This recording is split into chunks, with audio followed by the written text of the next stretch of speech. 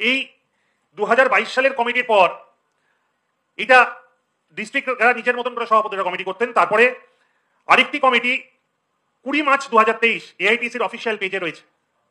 আপনারা যদি এই কমিটির আমি আপনাদের সফট কপিও দিতে পারি, আপনারা যদি 20 মার্চ 2023 দেখেন, তারপরে আবার একটি নতুন করে জেলা এবং রাজ্য কমিটি হয়, সেখানেও কিন্তু তার কোনো স্থান ছিল না। এবং পরবর্তী পর্যায়ে আপনারা জানবেন আমরা হেল্ড অন রেখেছিলাম কলকাতার কমিটিগুলো।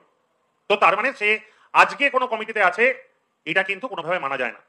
কিন্তু আমার প্রশ্ন, সে তৃণমূল করে না, তৃণমূল করে না, তৃণমূল ছাত্র পরিষদ করে না, তৃণমূল ছাত্র পরিষদ করে না, এর দ্বারা কখনো বিচার হতে পারে না। আজকে যদি সে ধর্ষণ করে থাকে, সে একজন ধর্ষণের অ্যাকিউজড, এইভাবেই তার বিচার করা উচিত। এখানে সে তৃণমূল করে না, সিপিএম করে না, বিজেপি করে না, কংগ্রেস করে, সে হিন্দু না মুসলিম না শিখ না খ্রিস্টান, এইখানে কোনো প্রশ্ন আসতে পারে না। এইখানে একটাই প্রশ্ন হবে, সে একজন ধর্ষক, এইভাবেই বিচার করতে হবে, তবেই সমাজ থেকে এটাকে চিরস্তরে দূর করতে হবে। আজকে বিজেপি বড় বড় কথা বলছে, বিভিন্ন তাদের সোশ্যাল মিডিয়ায় পোস্ট দেখছে। আমি আজকে তাদেরকে প্রশ্ন করি, তারা কোথায় ছিলেন যখন স্বয়ং রাজ্যপালের নামে শ্লীলতাহানির অভিযোগ আছে?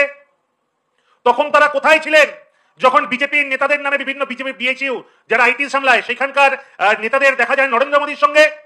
আজকে তারা আমাদের সঙ্গে ছবি দিচ্ছেন। কই যদি তারা ছবি দেন, আমরাও এই ছবিগুলোকে তুলে ধরতে পারি, তুলে ধরে প্রশ্ন করতে পারি, এরা কারা, এরা কারা? আমি অনুরোধ করবো কুণালদাকেও তাদের ছবিগুলো তুলে ধরার জন্য। এরা কারা? আজকে তৃণাঙ্কুরের সঙ্গে তার কোনো এক জায়গায় ছবি আছে, তৃণাঙ্কুরের পেছনে কোনো এক কোণে বসে আছে। আমি দুর্ভাগ্য, তৃণাঙ্কুরের পেছনে কোনো চোখ নেই, আর যেদিন সে এসেছিল সেদিন সে ধর্ষণ করেনি। আজকে 2017 সালে অভিষেক বন্দ্যোপাধ্যায়ের সঙ্গে তার একটা ছবি দেখা গেছে, সেই ছবি পোস্ট করে বলছেন যে অভিষেক বন্দ্যোপাধ্যায় অপারেশনের পর ফার্স্ট টাইম এসেছিলেন। আমি দুর্ভাগ্য, আমি জানি না অভিষেক বন্দ্যোপাধ্যায়ের পক্ষে বোঝা সম্ভব কিনা যে সে আজকে 2017 সালে ছবি তুলেছে, 2025 সালে সে ধর্ষণ করবে। আজকে কালিমালিপ্ত করা শুধুমাত্র, আজকে বাংলার মানুষকে ভুল বোঝানো।